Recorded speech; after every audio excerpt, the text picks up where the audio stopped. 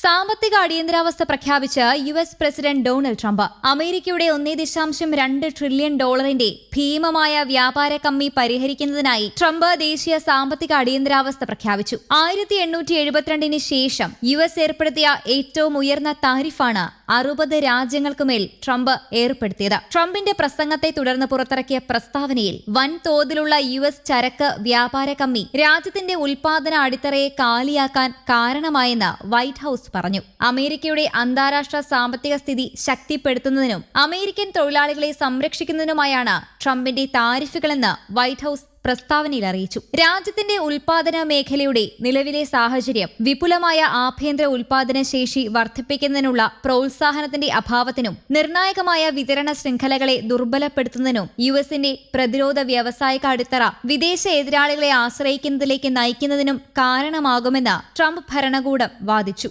വ്യാപാര കമ്മിയും അടിസ്ഥാനപരമായ പരസ്പര വിരുദ്ധമായ പെരുമാറ്റവും ഉയർത്തുന്ന ഭീഷണി പരിഹരിക്കുന്നതുവരെ ഈ താരിഫുകൾ പ്രാബല്യത്തിൽ തുടരുക തന്നെ ചെയ്യുമെന്ന് വൈറ്റ് ഹൌസ് അറിയിച്ചു. അമേരിക്കയെ മുതലെടുക്കാൻ അനുവദിക്കില്ല എന്നതാണ് ട്രംപിന്റെ നിലപാട്. അമേരിക്കയുടെ സുവർണ കാലഘട്ടത്തിലേക്കുള്ള സുവർണ നിയമമാണിതെന്ന് വൈറ്റ് ഹൌസ് കൂട്ടിച്ചേർത്തു. അന്താരാഷ്ട്ര വ്യാപാരത്തിന്റെ കാര്യത്തിൽ അമേരിക്ക ഇനി അവസാന സ്ഥാനത്തേക്ക് എത്തില്ല എന്നാണ് ട്രംപ് ഭരണകൂടം വ്യക്തമാക്കുന്നത്. മുൻകാലങ്ങളിൽ ട്രംപ് ഈ താരിഫുകളെ മറ്റ് രാജ്യങ്ങളുമായുള്ള വിലപേശൽ ഉപകരണങ്ങളായി ഉപയോഗിച്ചിട്ടുണ്ട്.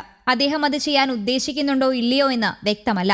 അതേസമയം ചൈന, യൂറോപ്യൻ യൂണിയൻ, ജപ്പാൻ തുടങ്ങിയ മറ്റ് വലിയ സമ്പദ് വ്യവസ്ഥകൾ താരിഫ് പ്രഖ്യാപിക്കുന്നതിന് മുൻപ് തന്നെ പ്രതികാരം ചെയ്യുമെന്ന് ഇതിനകം സൂചിപ്പിച്ചിരുന്നു. അതിനാൽ ട്രംപിന്റെ തീക്ഷ്ണകരമായ പ്രസംഗത്തോടുള്ള ആഗോള പ്രതികരണം കാണാൻ ആശങ്കയിലാണ്. 50% മുതൽ 10% വരെ പകരം തീരുവയാണ് 185 ലോക രാജ്യങ്ങൾക്ക് ട്രംപ് പ്രഖ്യാപിച്ചത്. പകരം തീരുവ പ്രഖ്യാപിച്ചതിലൂടെ യു.എസ്. വീണ്ടും ലോകത്തിലെ മികച്ച സാമ്പത്തിക ശക്തിയായി ഉയരുമെന്ന് ട്രംപ് അറിയിച്ചു. 50% പകരം തീരുവ ചുമത്തപ്പെട്ട ലെസോത്തോ, സെന്റ് പിയറെ ആൻഡ് മിക്യുലോൺ എന്നീ രാജ്യങ്ങളാണ് പട്ടികയിൽ മുൻപിൽ. ഏഷ്യൻ രാജ്യമായ കംബോഡിയയ്ക്ക് 49% പകരം തീരുവ. ലാവോസ്, മഡഗാസ്കർ, വിയറ്റ്നാം തുടങ്ങിയ രാജ്യങ്ങളും പകരം തീരുവയിൽ കൈനിറയെ കിട്ടിയ രാജ്യങ്ങളാണ്. ഇന്ത്യക്ക് 26% പകരം തീരുവ പ്രഖ്യാപിച്ചപ്പോൾ അയൽ രാജ്യങ്ങളായ ചൈനയ്ക്ക് 34%വും പാകിസ്ഥാന് 29%വുമാണ് പകരം തീരുവ ട്രംപ് പ്രഖ്യാപിച്ചത്. ഭൂകമ്പത്തിന്റെ കെടുതിയിൽ വലയുന്ന മ്യാൻമറിന് 44%വും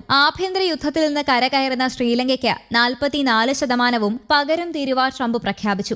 ആഭ്യന്തര യുദ്ധം രൂക്ഷമായ സിറിയയ്ക്ക് 41%വും ഇറാഖിന് 39%വുമാണ് പകരം തീരുവ. സുഹൃത്ത് രാഷ്ട്രമായ ഇസ്രയേലിന് 17%വും ജപ്പാന് 24%വും UK-ക്ക് 10%വുമാണ് പകരം തീരുവ. News desk, Kerala Kaumudi.